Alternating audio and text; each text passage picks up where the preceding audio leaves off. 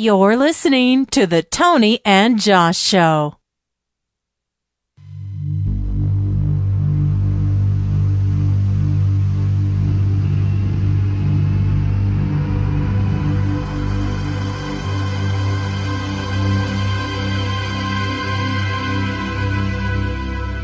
Hey guys, welcome to episode 38 of the Tony and Josh Show. This is the pre-show. We start broadcasting a little bit before 10 p.m. Central Time, and that way you guys can get in on the conversation between Josh and myself. We have talk a little bit about the show, what we're going to talk about, and get the show notes down. A little behind-the-scenes stuff that if you're interested in the show, you might be interested in hearing. So if you're watching the recorded YouTube video, that's why the show doesn't start immediately when you press the start button. That's why you're hearing this.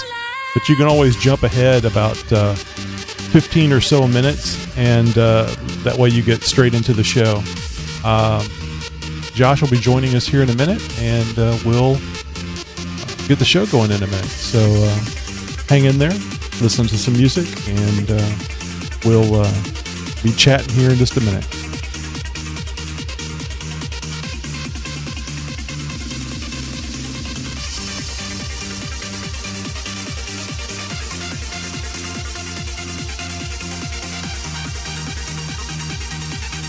We'll remind you that, again, if you are watching the live show, you can call in and hang out on our conference. It's kind of a conference call type thing, so you can actually listen to the show while you're waiting to go on the air, so to speak. No air involved, but still. Anyway, that number is 267-507-0240. 267-507-2040, and then you'll need to put in a 6-digit PIN so you can get directed to us, and that PIN number is 219-835. 219-835. If you're again watching this on YouTube, you can just jot that number down, because that'll be the number we're using every week. And actually the lines are open at the same time we're doing the live show, so you can actually call in, and if you don't want to be on the live show, you wuss, you can actually get in on the pre-show and chat with us, and maybe warm up to the whole idea of calling in during the show.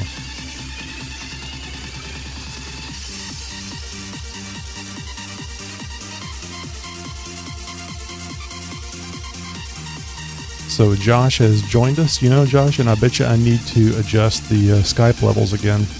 Oh, yeah, you could be right. It's been resetting on us the last couple times. Yeah, hopefully this time we got it all squared away. Yeah, the music was kind of loud there for a minute, and now it's dropped off significantly. Yeah, but strangely enough, it wasn't chopping your audio, so who knows? But anyway, I turned it down. Good luck this evening.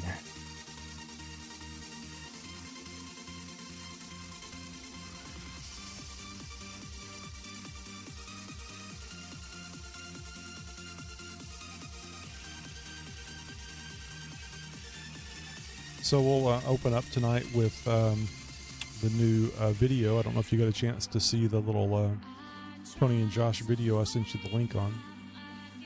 No, I haven't had a chance to look at that yet.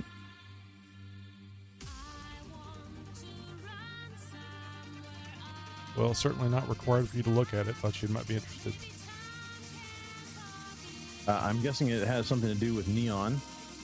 And yes. May have something to do with the Tony and Josh show in neon, like what I'm seeing on our YouTube channel right now. Yep, that's a still of the video. So yeah, I like it. Reminds me of wasn't the Jay Leno show kind of in that same color of neon? I don't know. I never watched it. Yeah, it's way past my bedtime usually. So. Oh, I bet it was.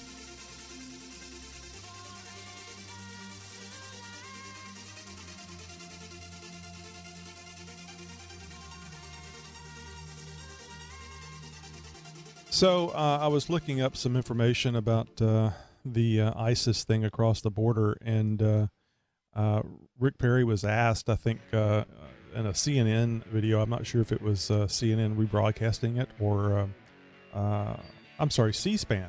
Let me just double check that.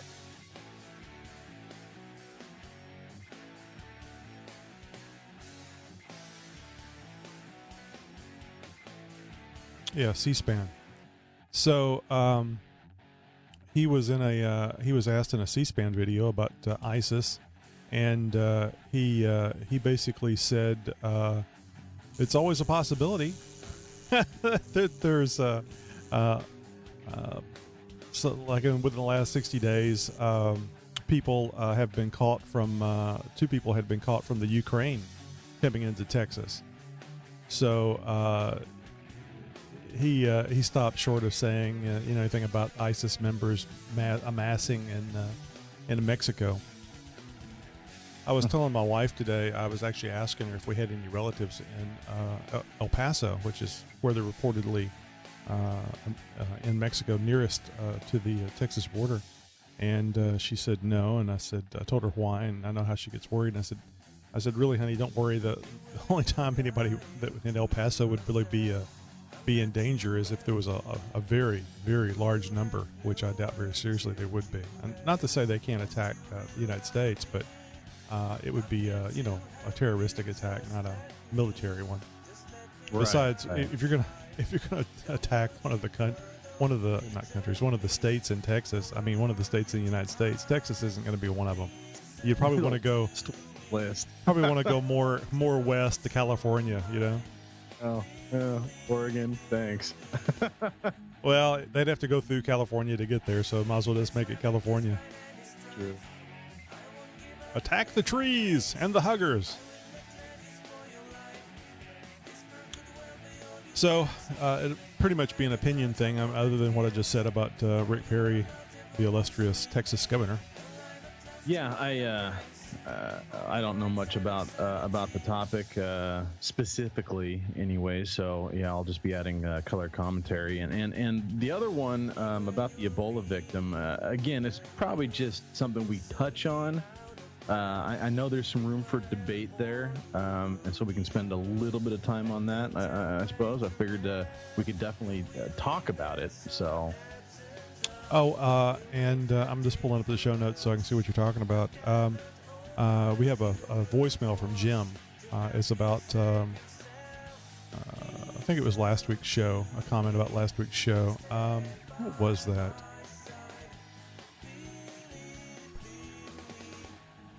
Hey guys, this is Jim. About that reporter that was beheaded over there, I just wanted another ISIS story. So that is about a minute 25 seconds from Jim. Okay, just put that in the show notes. Figured we'll open with that after we go through what we're going to be doing on the show and all that stuff. Yeah, let's hit it first thing. Mm-hmm. And then we can dovetail that into, and you can be a part of the show, whether it's voicemail or live,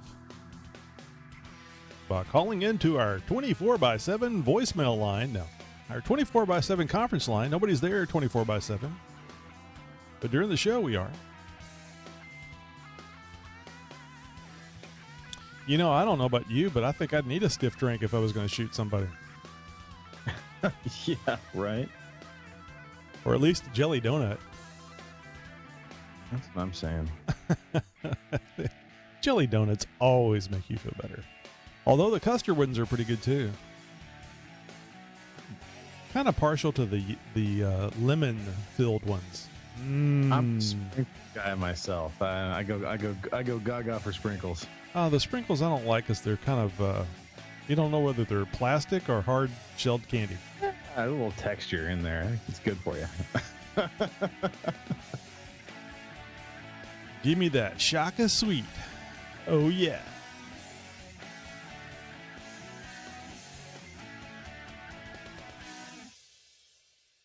So I think what I'm going to try to do is, once I've done all the back and forth with the video and the sound and everything, when I say back and forth, I mean between the two screens, I think instead of saying the yes yes or welcome to blah blah blah blah, I'll just start reading the copy here that you have outlined, and then we can blend into whatever we want to say after that.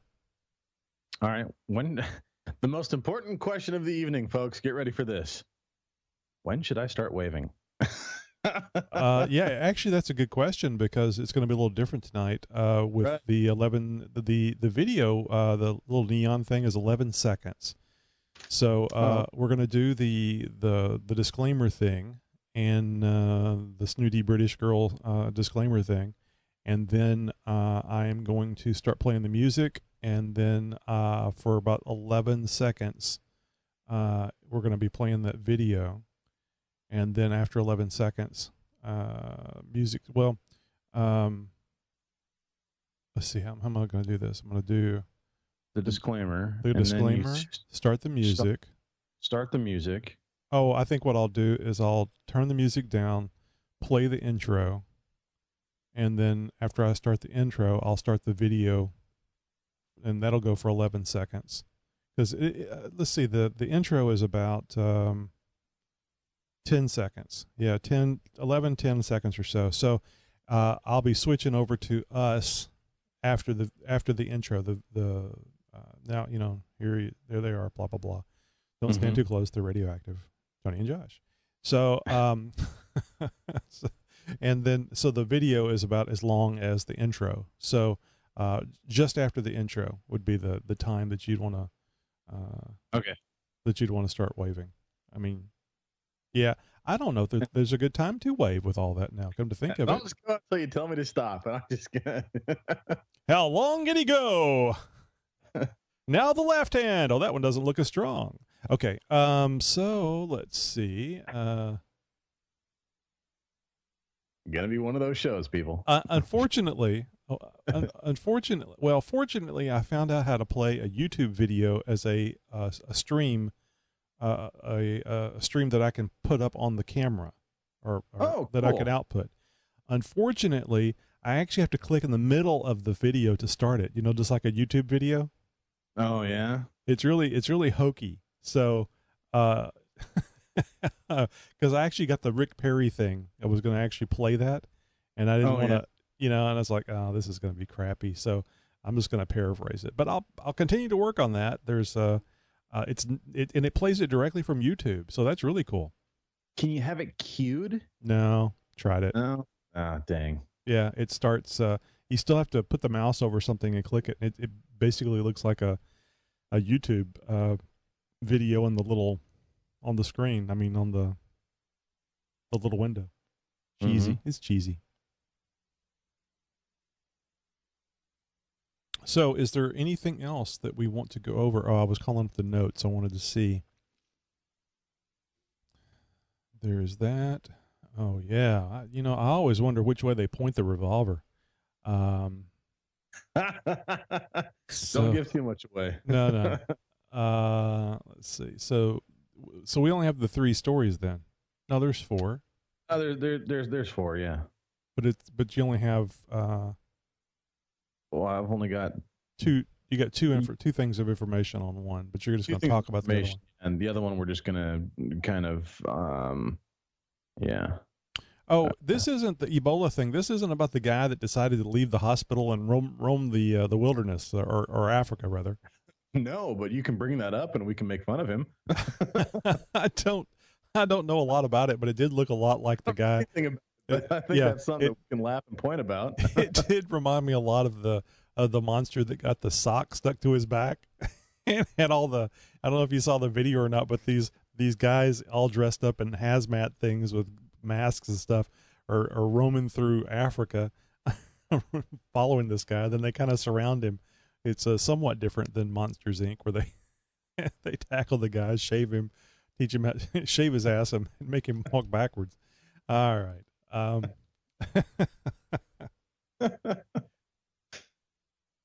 right. So unless there's something else, let's get going. I think that's it. Let's do it.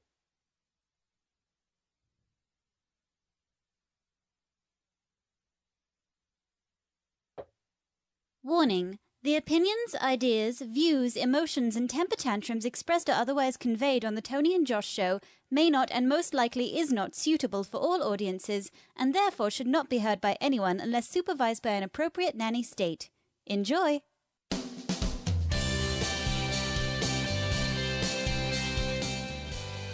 Welcome to the Tony and Josh Show. Tony and Josh are the functionally illiterates of the podcasting world. Now, here they are, Tony and Josh. Good evening. Hey, everyone, and welcome to episode 38 of the Tony and Josh Show. And this is the part where I'm supposed to be saying something. Guys, if you like silly humor, bad puns, tech, science, And the occasional story that crosses your moral boundaries, then you guys need to stick around. this is episode 38, as I just said. My name's Tony. My co-host there is Josh. He's in the little window, and that's for good reason. Say a few words, Josh. Yeah, just a few words. Well, let's put him in. Let's promote him to the big window and see if we can entice him to talk a little more. It's really hard because he's very shy. Oh, yeah, that's right. No, I like to talk. And, well, if you guys are fans of the Tony and Josh Show or even our other show, the XJ Talk Show, you guys know that once I get going, it's hard for me to stop. Tonight on the Tony and Josh Show, we've got a story about ISIS crossing the border from El Paso, Texas, and a surviving victim of the Ebola virus has got some words to say. We're going to cover that. A New York law that has just been written here recently, actually not recently, but we're going to cover it nonetheless, that you guys are going to be interested in, especially if you live there or you own a gun. And you guys are never going to believe what turned up where during a strip search. Oh, no. I'm thinking chicken strips and gravy. I'm hungry, Josh. I'm having some coffee, but I still wouldn't mind me some... Okay, this is a difficult question for you and the rest of the audience. Okay, I'm ready. Are you or have you ever had French fries and dipped them in gravy? Well, around here, we have a food cart that sells nothing but that. Wow. That's got to be a hell of a smell. Around 3 o'clock in the afternoon, if I smell cream gravy, I'm going to be heading towards that cart and having me some French fries. Doors, obstacles be damned. He's coming through, folks. It was funny. I have never seen a Jennifer Lawrence film. I've never seen her in a film, but I've seen a lot of stuff on YouTube and a lot of her comments, a lot of her verbal exploits as far as eating whole pizzas and this smart-ass comment here and there. And I've become a big fan just because she's not politically correct, or at least she plays one on the internet. So she tweeted, I think it was today, that about there's two types of people. There's the type people that dip their French fries in ketchup, and then there's the ones that squirt the ketchup all over their fries. And basically she was advising you not to be friends with the people that squirt the ketchup over the fries. And I don't associate with those kind. And I mentioned to her, which she promptly ignored, about the whole dipping in gravy thing. And I'd like to think that Jennifer probably ran out and got some French fries and gravy and tried that if she wasn't already accustomed to that. Well, if she had two brain cells to rub together, I would hope so.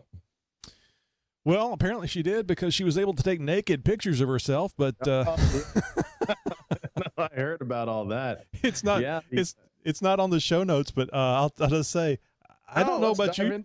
I don't know about you, Josh, but I don't think I would have naked anything on my cell phone or a computer, etc. Especially nothing that was permanent or in the cloud. I mean, my God, can you imagine? I guess it's a promotion tool if you really wanted to get out there and in front of people, pardon the pun, and get some notoriety. I don't know that any of the celebrities that were mentioned in that iCloud fiasco needed notoriety or not. I'm sorry, Tony. I wasn't paying attention. I was just deleting something from my cell phone. Yeah. Well, you don't want the SPCA finding out about those pictures, Josh. Oh. Hey, it was gravy related. What can I say? Well, if there's food involved, then it just makes it that much more sick. So let's see. The first thing we wanted to come across here on one of our stories is cops must be sober to shoot someone. Yeah, so the New York courts have decided that police will not be protected against drunkenly shooting citizens, or anybody else for that matter. And suddenly, the New York Police Department cancels all of its Kager Party patrols. A regulation has required all cops who open fire on a suspect to complete a breathalyzer test immediately afterwards. It sounds to me like a fairly reasonable requirement. If cops are going to be driving around town and pointing guns at us American citizens, then they shouldn't be under the influence, right? Now, the law was created after 4 police officers shot and killed a Sean Bell in 2006. And it's been a hard 8 years. I got a hard 8 for you on the job sobriety for the New York Police Department. But police advocates were hoping to change that. Oh, really? 3 separate police unions made arguments in court that the rule was unconstitutional, citing any American should have the right to a 5-martini lunch if he or she sees fit. But Manhattan federal judge George Daniels is having none of it. He made sure that police will have to get a dose of their own medicine, so to speak, by providing a breathalyzer that was in their own judgment, and by providing via a breathalyzer that it was under their own judgment and not rum and coke that they pulled the trigger. I need to learn how to write sentences better. Daniels wrote in his decision, quote, "Armed police officers are given awesome power," end quote, unlike superheroes who have superpower. The New York Police Department has a substantial interest in ensuring that its officers, especially its armed officers, are fit for duty. So with that being said, can we get some ignition interlock devices put on the patrol cars too? And while you guys all debate that, I'm going to go over here and have another beer.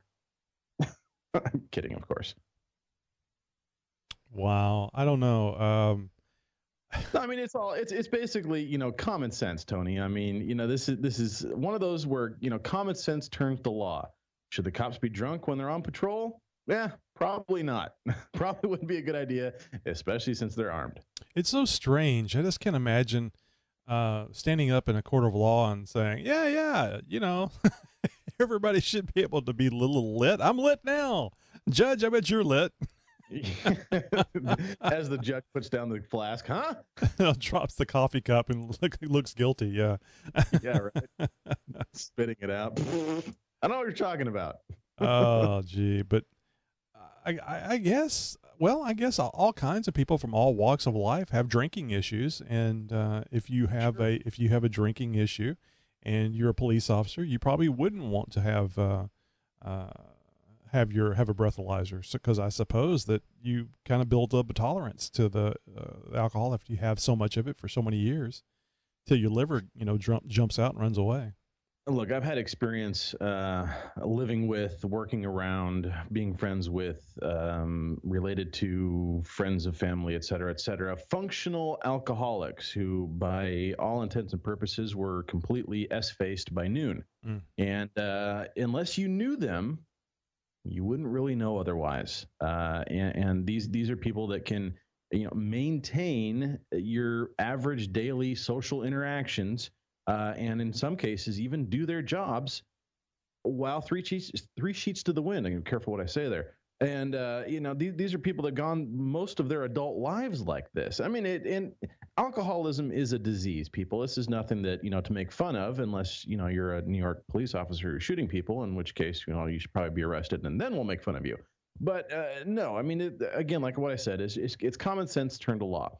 If you are in a position of power as such, and you are awarded a firearm to carry for your job, it's probably in the public's best interest, and maybe even your own, that you should not be intoxicated. Look, I mean, I'm a proponent for going out, and if you're having a rough day, maybe having a beer with your lunch, not going and having a pitcher, or then after work going to the bar and spending several hours drinking and then going home. No. What you do on your private time is your own business. But I believe that our police force should be sober while on the job.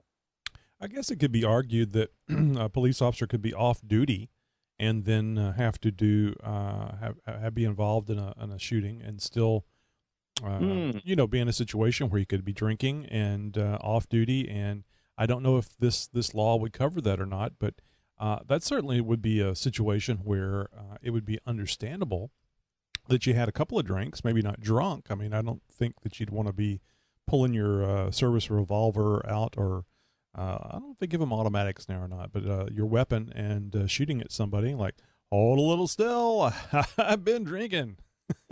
Just aim for the middle one, Joe.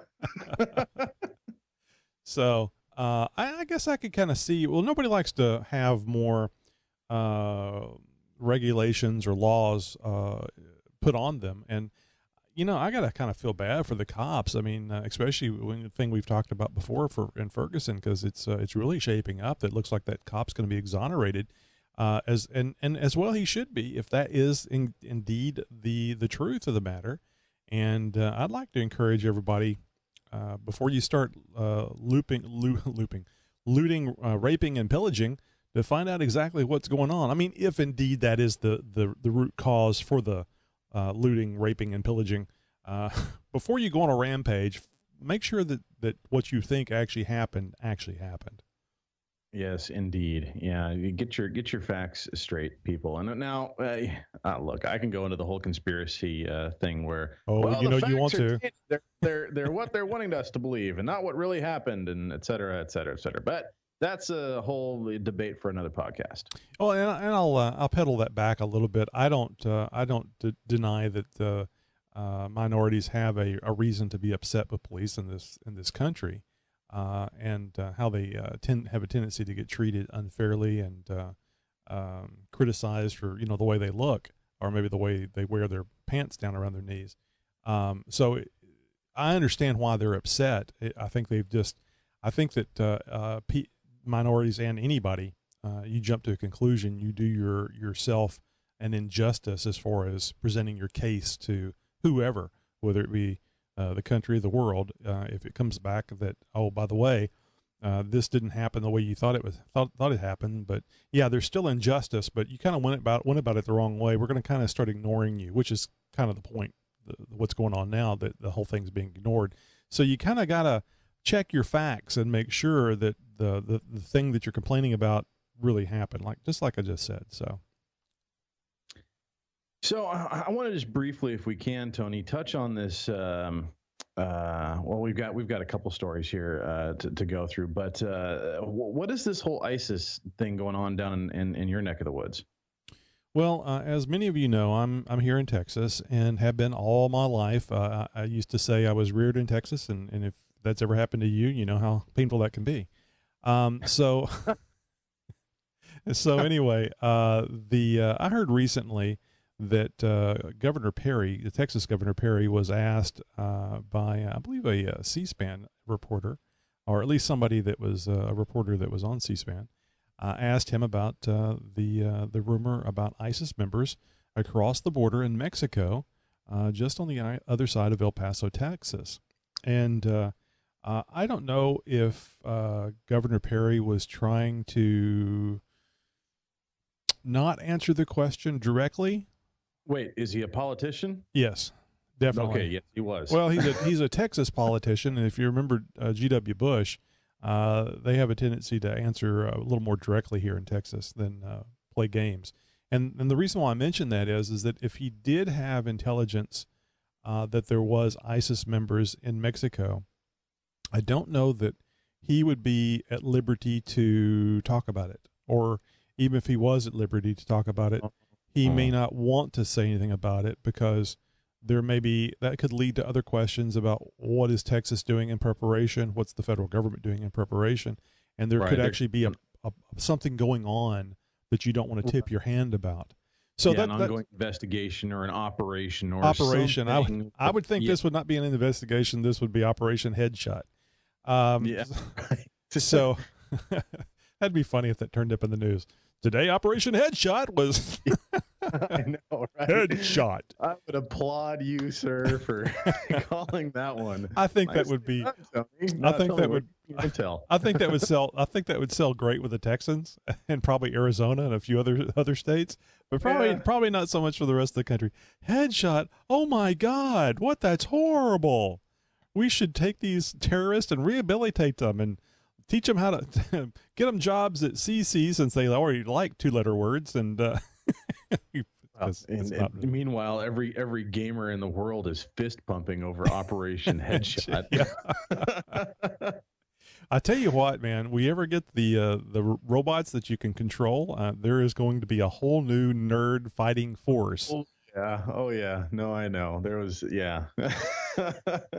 The- So apparently there are ISIS members. There is some ragtag well, intel coming in that there yeah. may or may not be He some is ISIS Governor members. Perry was not saying yay or nay. He did say that in the last 60 days, at least at the time of the interview, in the last 60 days, 2 people from the Ukraine had been captured. So yeah, so in Texas. So if somebody from the Ukraine can sneak in from Mexico to Texas, why couldn't ISIS members? So it's just a rumor, folks. And as I was mentioning to Josh in the pre-show, if you're going to attack a state, Texas is probably not the one you want to attack. Now, obviously, if it's a terroristic attack, it's not really a full frontal attack on like a military or even a militaristic towards civilian targets. It's just a quick hit and run or hit and explode is what happens a lot of times.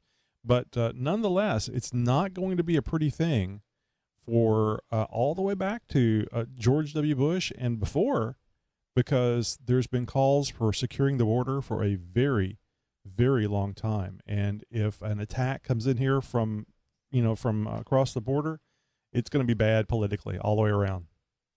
Yeah, no, that's definitely a slippery slope, and I would say areas that they're going to have to be treading lightly as we move into November here and elections and other things begin. So very interesting going on there, and it's kind of curious that about ISIS members being in Mexico. I recently heard something just in the last few days, in fact, about some deportation numbers in regards to Mexico and the U.S. and some statistics to go along with that, as far as the percentage of what sort of ethnic or heritage background the people are in these. I'm not going to call them detention centers, but that are waiting deportation or already have been deported. And Mexico primarily is getting illegal aliens coming in from. Oh geez, now I'm going to brain fart on the countries. But anyways, Central America, was it? Yeah, well, yeah, exactly. I think it's Cuba, and there may be a couple. Well, not Cuba. There may be a couple others. Anyways, nonetheless, they are at like a 93% deportation percentage, meaning all of the illegal immigrants that they catch, 93% of them are being deported. And I guess the U.S. is way down the list as far as our percentage of deportation. And it's very, very interesting, and the numbers there there's a substantial difference between the two. And I don't have the exact numbers here. I'm just vaguely recalling something off of memory that I heard. But it's very interesting, the deportation policies of Mexico compared to U.S. And so Mexico having. And I would imagine that whether or not there is a great deal of corruption or not, that the Mexican government would not want to have any part of ISIS setting up shop, so to speak, anywhere in the country of Mexico. So I imagine if wind of this reaches the Mexican government, or heck, even the cartel for that matter, I imagine the cartel would take things into their own hands. And I'm sure that even the Mexican drug cartel is probably vastly going to be outgunning any ISIS group that tries to set up shop anywhere near the border. Well, I don't know. It seems like to me Mexico is one of those places, and I could be wrong, but it seems like to me Mexico is one of those places where if you have enough money, or if you're willing to kill enough people, you can pretty much do whatever you want to do. So, I mean, there's a Marine, a U.S. Marine that's being held in Mexico because he drove over the border with weapons, and they've been trying to get that Marine released here for some time, and trying to get Obama. In his defense, that truckload of AK-47s were for personal use only. No, I think this was a legitimate thing, and he needs to be freed. And unfortunately, Obama's distrust and dislike of the military, I think, is keeping him from doing the right thing and applying pressure to Mexico. I'm pretty sure one M1 Abrams tank and a couple of hillbillies could go over there and break him out. But that would be bad because that would be bad because Mexico that would then declare war on us and send 25 million of their people here. Oh wait, it's already happened. So anyway, obviously they have a big Mexico has a big fear of guns, a big fear, and I think rightly so.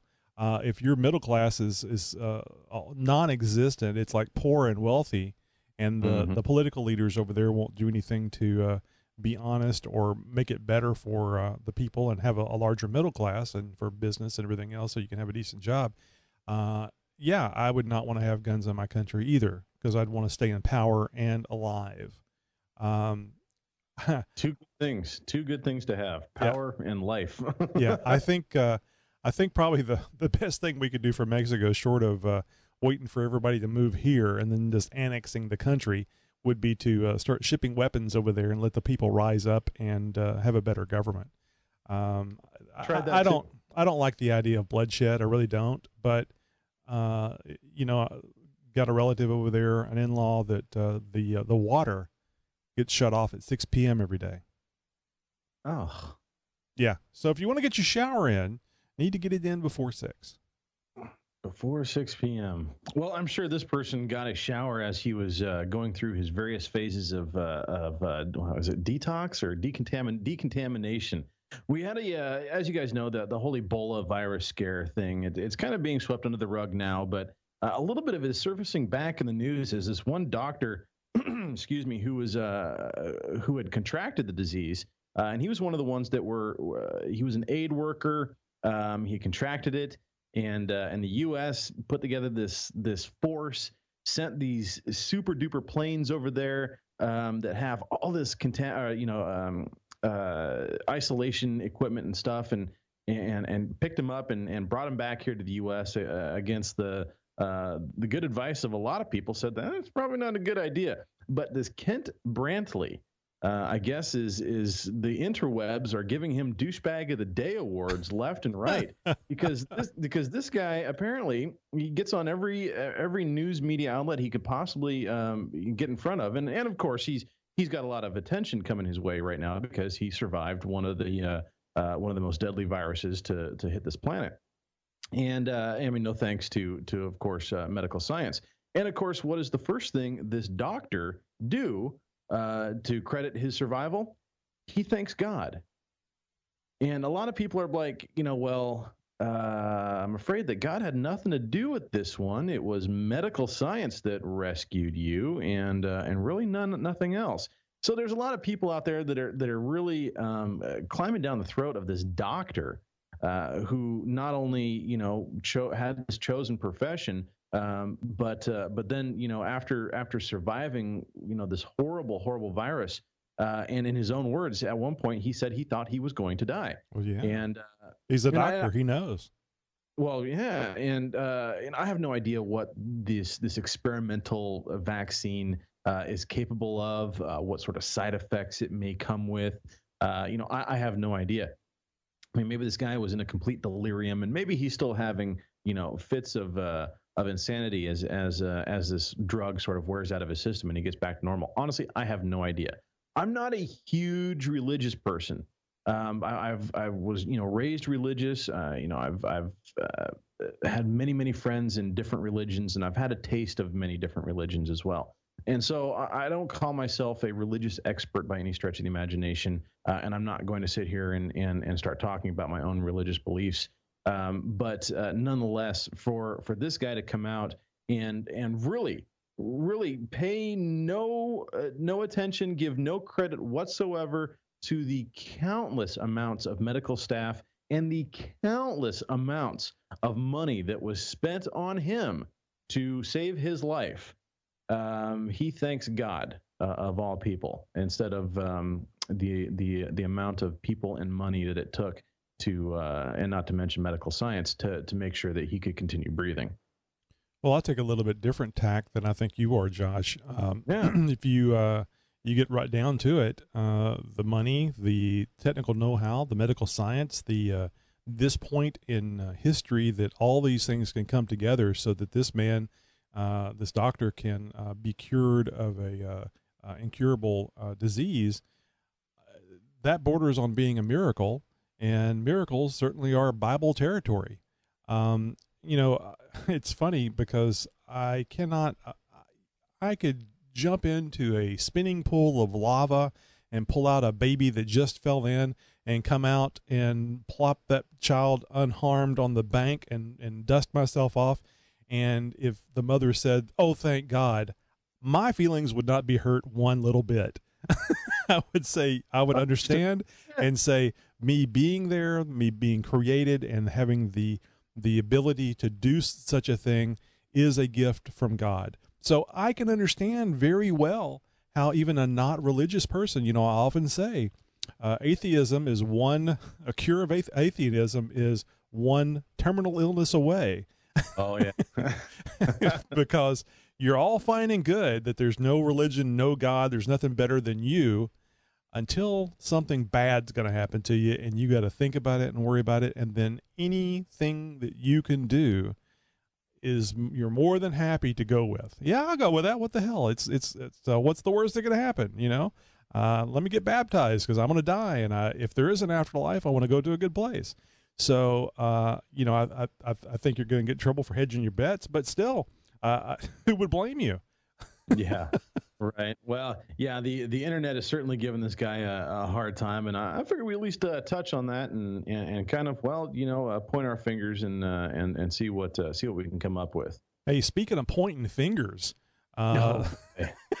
what is the deal with this story, Josh? I'm not even going to say anything about it. You can do the whole thing. So, guys, last week, you know, Tony and I, for a couple episodes, we've been getting kind of serious, and I told you that this episode, as we come back out of the holiday weekend, that I was going to delve deep into the gutter and pull something out for all you loyal listeners. I said some of the raunch. And I said, watch for penises and vaginas. Lo and behold. Well, actually, this is kind of both, isn't it? Yeah, it kind of sort of is. So no, this is not a hermaphrodite story, folks. The headline of this title, headline of this title, the headline of this story is a teen had loaded revolver hidden in her blank. But a Tennessee woman, yeah, in her KFC bucket of chicken.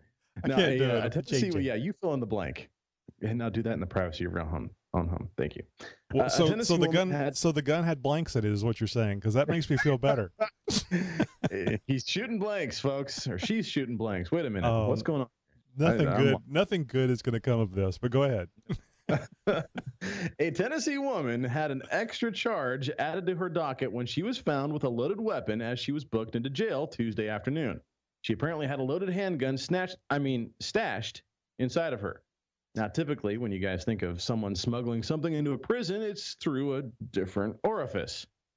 Not this girl. Nope. She dared to be different and dangerous, too. 19-year-old Dallas Archer was being booked into the Kingsport jail on charges of driving with a suspended license, which, unlike having relations with the prize piggy from the state fair, I guess is in Tennessee a jailable offense. During the booking procedure, a female corrections officer alerted to a, quote, unknown object in the teenager's crotch during a search. I wonder if she sat down and pointed, you know, kind of like the drug dogs do or something like that. Anyways, I don't know how she alerted to it. She stuck her nose up in there really good. I don't know. The jailer and a female cop then accompanied Archer into a bathroom along with a film crew and a few other corrections officers for a full cavity search. After several minutes of what inmates described as guttural moaning and screams of pleasure, the unknown object was extracted. It was discovered that Miss Archer had concealed her daily carry, an American Arms 22 LR revolver, in her vagina. The recovered gun was fully loaded and ready to go, much like the jailer and the oddly experienced film crew. The outcome of this slippery illegal weapon concealment is still unknown. So there's no note of this, of what direction the gun was pointing. Nope.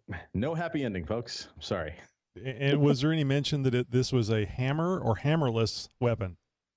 The picture that I saw of this, which I have yet to confirm is actually a picture of the actual weapon, is of a hammered revolver. Oh my goodness! And only 19 years old, folks. You do the math. That's gotta hurt. You'd think?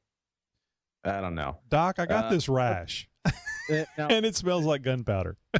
guys, before we go too much further and your imagination goes completely wild, I ask you to please do a quick Google image search for American Arms 22 LR revolver, and you guys will see that it's not much bigger than what I'm holding up here on the screen. Ah, thank goodness.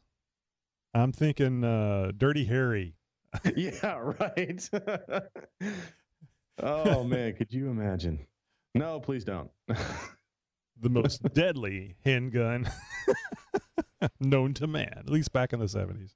Yeah, 44 Magnum. So, gee whiz. Well, I'm glad. So it was only like a 2-shot or something. Well, you said revolver, so it was. Yeah, I said revolver, but this is a very, very small revolver, and I haven't looked up the specs. I just did a quick image search, and I mean, it looks like it isn't more than maybe a 2, 3, 4-shot revolver. I mean, it is a very, very small little gun. Well, that's certainly enough to get the job done, I suppose. You just put it behind the ear, I guess, and pull the trigger. It's just. Hey, it's not the size of the gun; it's the motion of the hammer. I could see an apology though. Please excuse the smell.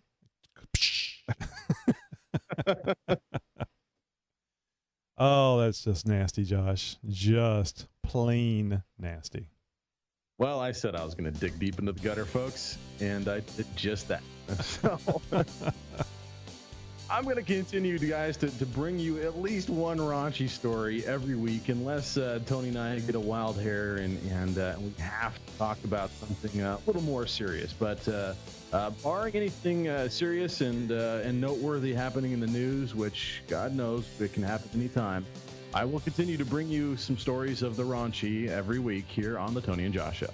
Yeah, I would much prefer talking about calibers of guns and vaginas over ISIS attacks. So on the United States. So much more pleasant to think about, anyways. Oh, you know what? I'll turn the music down a little bit here and play our voicemail that we neglected to play. Oh my goodness, we did completely glaze over our voicemail. Yep. So let me get this in from Jim. I'm gonna go ahead and stop the music and get this message in from Jim, especially since it had to do with one of our past stories. Hey guys, this is Jim. About that reporter that was beheaded over there, I just wanted to add one thing. I mean, I completely agree with you guys, and it's ridiculous what they did to him and all that. But here's another point of view that I feel strongly about. How many reporters over there have been captured and kidnapped and are being held hostage and all that? I think it is absolutely idiotic for any news outlet to send reporters into any of these countries. It's very easy for them to be kidnapped. It's happened. It always happens. I mean, Richard Engel, the chief foreign correspondent for the Today Show, he's been captured. Of course, he's escaped since then. But I think it's ridiculous. Why go when all these people have been captured and have been executed and all this other crap? I think it's ridiculous. Don't go. Leave it to the military. Let the military go in and kick some ass and just tell the American people about it from the States. That's about all I have.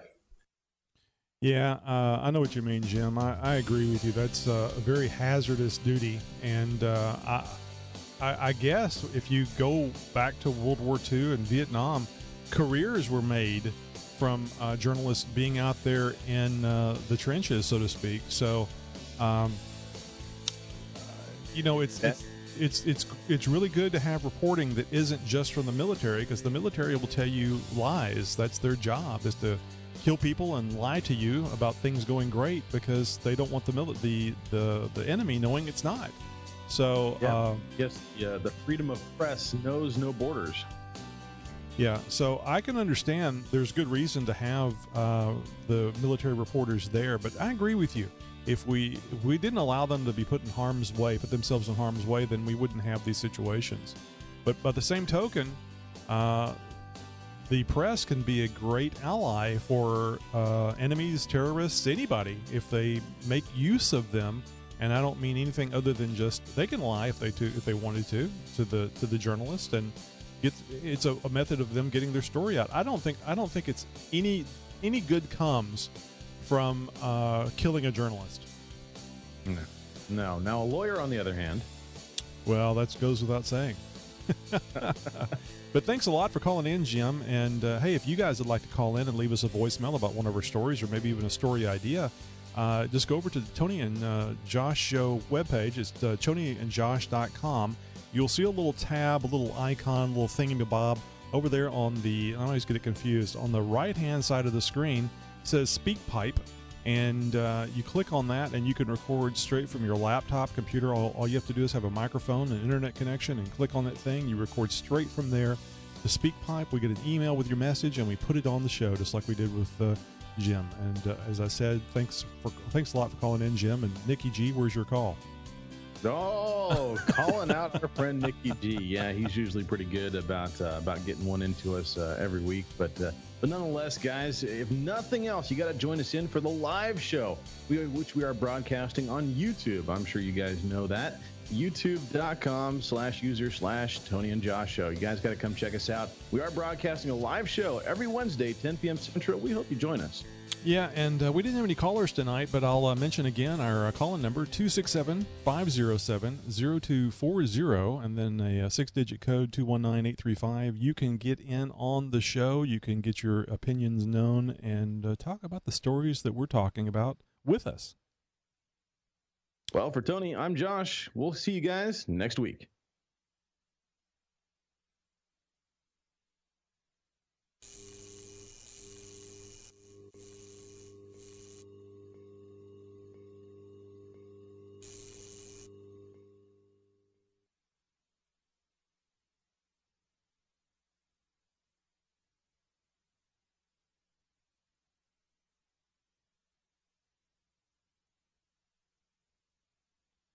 Yeah, not too bad. 37 minutes.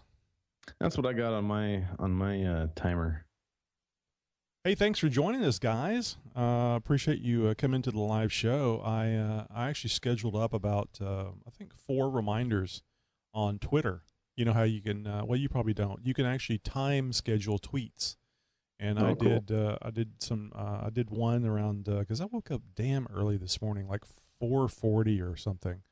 And that's normally the time you go to bed. Yeah, well, it can be. And I sent out a message around 5 or so, and then I thought, well, nobody's going to be looking at this, so I set one up for like 8 o'clock, and then 3 o'clock, and then 9:45, and then sent out one manually right after we started the show. So. And I popped over to xjtalk.com, and in our chat section over there, I went ahead and just posted up a link really quick asking if there's anybody around, if they'd like to join us, to please click on the link. You know what I found was really strange, and this may have happened because I was touching something on the laptop, but the conference call link went away. Uh-oh. Yeah. So, I mean, I was checking all the way to the end of the show, and we didn't have any calls waiting. But I've never seen the conference call end on its own before. So maybe we just lost the Skype connection. Maybe that's probably all it was. It was probably just an internet connection. I noticed your audio kind of tripped up a couple of times. Nothing bad. Nothing like back when we were doing the Ustream thing when it would get really bad. Yeah. You know, actually, the audio has been really pretty stable. Yeah, the video still, I'm not exactly sure what was happening there, but we got that figured out. And yeah, you're right. The audio actually has been pretty good for a little while now. Mm-hmm. I would say at least, excuse me, at least the entire time we've been on YouTube for the most part. Oh, you know what? I didn't have this thing scroll down far enough to see if we had any comments. No comments. You know, you guys, when you're watching the show live, Well, I got something tickling my throat. Hope it's not a 22. Hope it's not a 22 revolver. So, you guys can comment here on YouTube while you're watching the show, and Josh or I. Usually, Josh has more time to respond back, but that's kind of a fun thing to do too when you're in on the show, and you can kind of make smart ass comments or legitimate ones. I like the smart ass kind myself. Either is welcomed and recommended. Yeah, and you can join in with the other folks that are watching the show, which is kind of a fun thing to do. You can tell your friends, and you can come over here and, as they say in the Northeast, you can crack wise in the comment section. Indeed. I never understood the wisecrack thing. It's interesting, some of the things that we learn as children and just accept. And then if you're like me, you get older and you go, what the hell does that mean? What are that combination of words? Or like beefstro. I mean, there's no beef. I don't know what a bistro is supposed to be. It's the weirdest. It must be one of them foreign words. So, yeah, somebody made a comment about bistro being the coolest word ever made, and I still don't know what the hell it means. I want to see some red meat somewhere. Mm-hmm.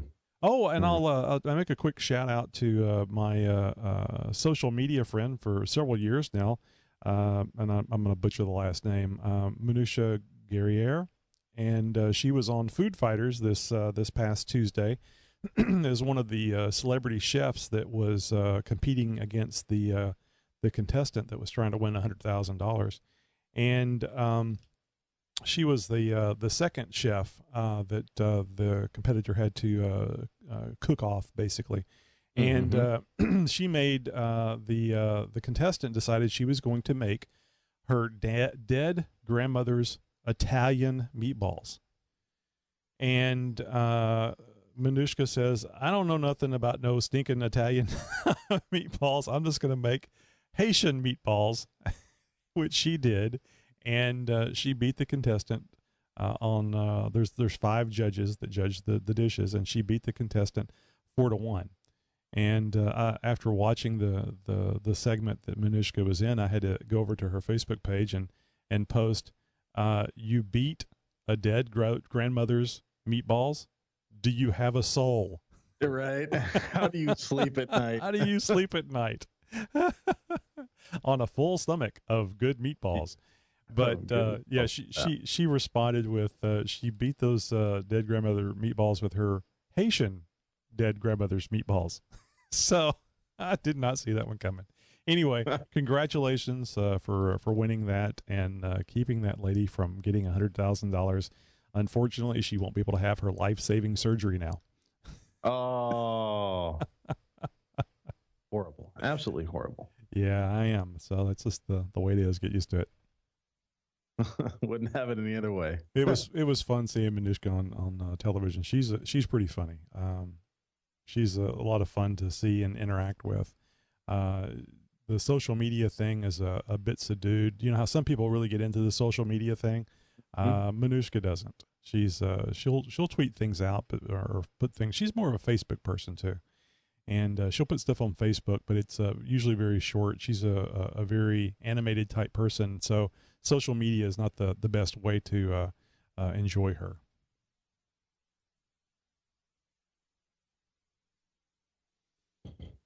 All right, guys. Well, look, we're going to wrap this up. Josh is busily looking down, and that's not because he's looking up pictures for the that final story. He is doing some putting together some text for us to speak about for our promo, which he does every week. And all I have to do is come here and look pretty. He does all the work. He did all the show notes too. Looking pretty used to be your job, Josh. I know. Well, I noticed, speaking of looks, so that we're wearing red shirts. I was just getting ready to mention that. Yeah. Yeah, I was tickle in our throat at the same time, and we're both wearing red shirts. I don't know, man. Separated at birth? You guys decide. I was standing there in the closet going, which shirt should I get? And I thought, well, red will certainly show up better than the other colors, because I think one was like a charcoal color, another one was a dark blue, and I thought, yeah, dark blue actually would have gone just fine with this background. or so my mama taught me. Mama said a dark blue shirt on a green screen background is always the best. Yeah, I don't think I even own a blue shirt. That's weird. I'm not a big blue shirt fan, really, and I'm not a dark colors fan, really. But doing the business casual thing to work, I've tried to be a little more I don't know, conservative, subdued. I like the bright colors, and I don't know if you guys know it or not, but bright colors generally reflect light more. That's the reason why they're bright, and the more light you reflect, the more heat generally you reflect. So the brighter colors are cooler. And if you're a fat boy in Texas, South Texas during the summer, you want cooler. Believe me, everybody around you wants cooler. You're a nuclear weapon getting ready to go off, and it's going to be a sweat bomb. All righty. Anyway, I was wrapping this up. And so good night. And if you're listening to us, watching us on YouTube, be sure and come to our live show Wednesday, 10 p.m. Central Time. Just go to youtube.com/Tony and Josh Show. Also, too, you can listen to our podcast, usually when you're driving to work or coming home from work. I wouldn't listen to it at work because all that little giggling and stuff that you'll be doing in the cubicle, people will just either think you're crazy or confirm their suspicions. So, or they'll just commit you right there on the spot, and the clean white men, or the nice young men in the clean white coats, will come to take you away. Ha ha. Yeah, the same ones that were tracking that guy in Africa with the Ebola virus. Man, I don't know. That's kind of bad whenever you have the Ebola virus, you know it, and you break out of the hospital. That's, that could be considered homicide. Yeah, right? Anyway. Weapon of mass destruction right there. Mm-hmm. And he was, it's funny because they stopped him as he was setting up a kissing booth. All right. Well, that's it for that's it for tonight, folks. I'll see you later, and see you next week. Don't forget to catch us on the website, the audio podcast, and of course on YouTube for the video and his Tony and Josh matching shirts this week saga. Yeah, what he said. Did you see the little video thing that I played? Are you watching the video? The neon? Yeah. Yeah, no, that's cool. I like that. It's really simple, but it's a good transition. I mean, it's better than the static sign. Anyway, we'll go out on that.